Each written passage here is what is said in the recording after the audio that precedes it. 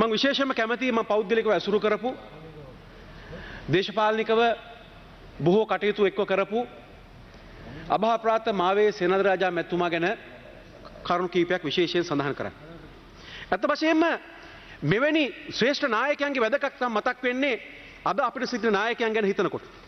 ඒ නිසා මම විශේෂයෙන්ම කියන්න ඕනේ අනුරාධපුර දිසාධිකරණේ අනුරාධපුර මහාධිකරණේ HC 69 2018 කියන නඩුවේදී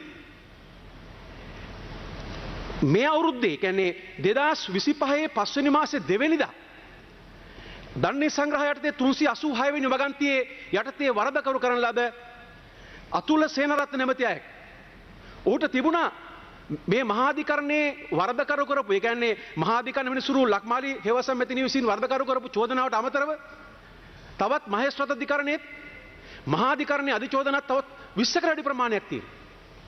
ඔහුව වරදකරු කරේ 2025 5/12 වෙනිදා වෙසක් පොයේ දවසේ වර්තමාන ජනාධිපතිතුමා අනුර කුමාර දිසානායක මැතිතුමා ජනාධිපති සමාවක් ලබා දීලා තියෙනවා.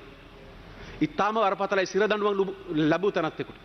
දඩ ගෙවීමට තැනැත්තෙකුට.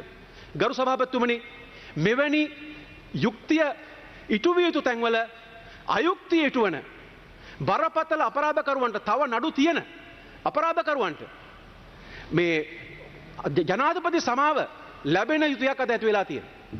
ජනාධිපති සමාව ලබා දීමේදී ආණ්ඩුක්‍රම ව්‍යවස්ථාවේ දක්වා ඇති මූලික ක්‍රමවේදය අනුගමනය කළ යුතු බව ශ්‍රේෂ්ඨ අධිකරණයේ දැන්ට නඩු කීපයකම කටයුතු කරා. හිටපු ජනාධිපති මෛත්‍රීපාල සිරිසේන මැතිතුමාට වන්දි ගෙවන්නත් නියම කරා. ඒ පාඩම් ඉගෙන ගන්නේ නැතුව අද මේව සිද්ධ වෙනවා.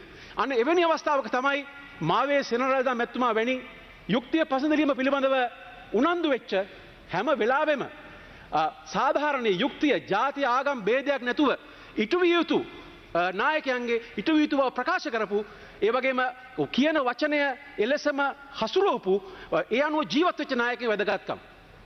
එදා මෛත්‍රීපාල සිරිසේන මැතිතුමා ජනාධිපති සමාව අයුතු විදිහට පාවිච්චි කරනකොට ඒකට විරුද්ධ වෙච්ච නායකයෝ අද ඒ විදිහටම ඒ ජනාධිපති සමාව දීමේ බලය පාවිච්චි කිරීම අතිශයින් කනගාටුදායකයි. ඒ නිසා මාවේ සේනාධිරාජා මැතිතුමා වැනි යුක්තිය වෙනුවෙන් පෙනී සිටිපු නායකයන් තව තව බිහි වේවා කියලා පතමින් මම නතර වෙනවා. බොහොම ස්තුතියි.